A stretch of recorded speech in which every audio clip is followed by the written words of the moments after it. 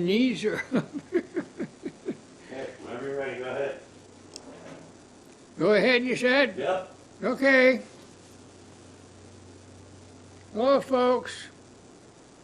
Good afternoon to my students and all the followers of the occult and the probable physics that I talk about from time to time. One of the things I want to bring up is something I mentioned once before, which was that Adam, you probably remember Adam, he was associated with Eve, heard the Lord walking in the garden. Now, how do you suppose that could occur? I thought the Lord was a spiritual, and Adam wasn't. He was human, because they created him that way. And anyway, along the line, there's a notion that the serpent said to Eve that if she ate from the tree that was in the middle of the garden, she would not die. But the good Lord said, yes, she would. But the serpent said, no, she won't. Now, since when do serpents talk? Or when do they have legs? Or when do they do anything other than slither on the ground and poison people and squeeze them to death? I don't know. So I think there's something more to that. And what's more to that is that there were serpent-like people on the earth at one time, and they were busy trying to maintain their position on the earth, but the good Lord said, no, you can't do it, you can't do it, you gotta go away from here.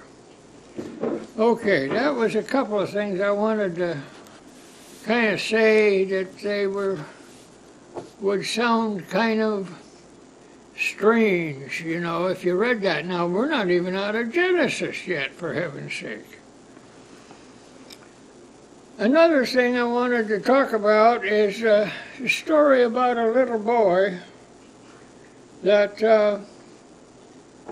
this was some time ago, that was of a royal family, and he had, rather than say the scientific name, let's just call it, when he would bleed, the bleeding would not stop.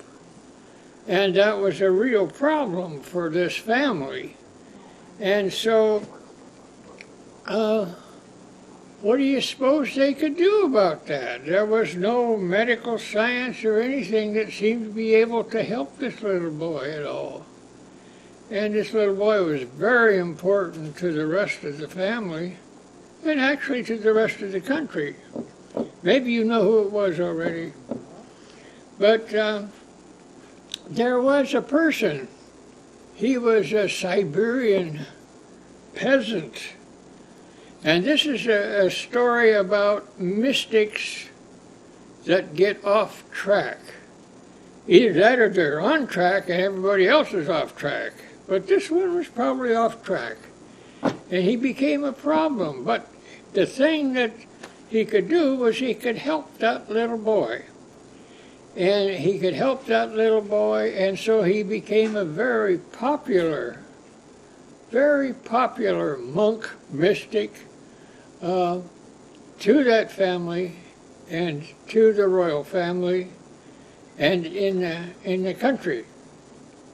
Well, as time goes on, he became more and more licentious, more and more trouble for the country at large, and more trouble for the royal family, except the royal family continued to consider him as an incredibly valuable peace present to the family and to the country. Well, time went on, and he was more and more troublesome, and so they eventually tried to kill him. They couldn't do it. They tried to drown him. They tried to shoot him. They tried to poison him. And none of those things worked. But a group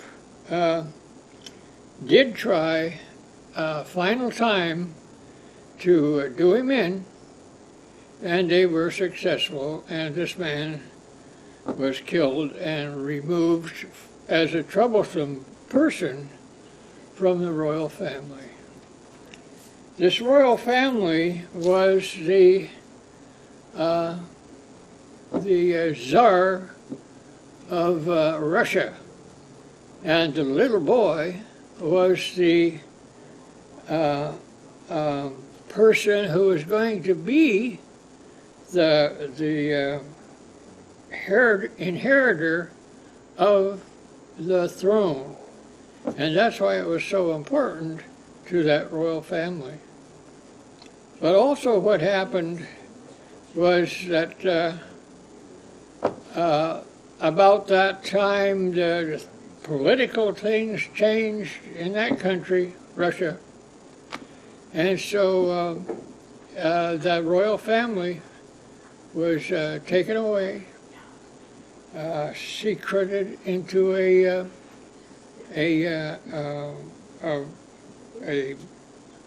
big building, and which was very well guarded, and they were eventually killed, all of them. Now that's one way to kind of turn politics. We don't do that in the country. We have a different way of murder, and that's financial murder of people and things like that. But I won't go into that today. Does anybody know the name of this person? No. Well, I'm going to tell you. Okay. His name was Rasputin. And if you look up Rasputin, and they'll tell you all about this man and his activities. Now, Rasputin means a debauched one. That's what it means, and that's how he got that name. Huh. The actual name is very long Russian words, and I can't pronounce them all right now, or even the little boy's name. But that's the story of how mystics can go wrong, how they can pull shades over the eyes of important people, or non-important people, or anybody for that matter. And so when they become very licentious, like he was, they have to do away with him. We don't do that in this country that way, but that's the way they handle things. Now, I wonder, Rasputin, who do we know that has a part of a name like Putin? How about the dictator of Russia, Putin? I don't know if they call him Rasputin. I doubt that they call him Rasputin and get away with it. But anyway, that's the story I wanted to tell about this little boy. And the fact was that that Rasputin did have some power, whatever it was, to help this youngster when nobody else could. So he was on his way, the family was on its way to changing dictators, czars, over time with that little boy. And so that's the story of Rasputin in Russia. I would ask you to look it up and see for yourself how that went. But he was quite a character, Rasputin was. And so as a consequence, he's lived on down through time. And that's how I can tell the story today. And that's how part of his name, Putin, got to hang in there with him. So that'll be all for today, and I'll see you guys next week. And remember to look stuff up that you have questions about, and send me an email if you have questions about what I said, and want me to talk about some stuff maybe you have in mind, and some strange stuff that might be going on in our universe, which there is, and I'll explain some of that to you.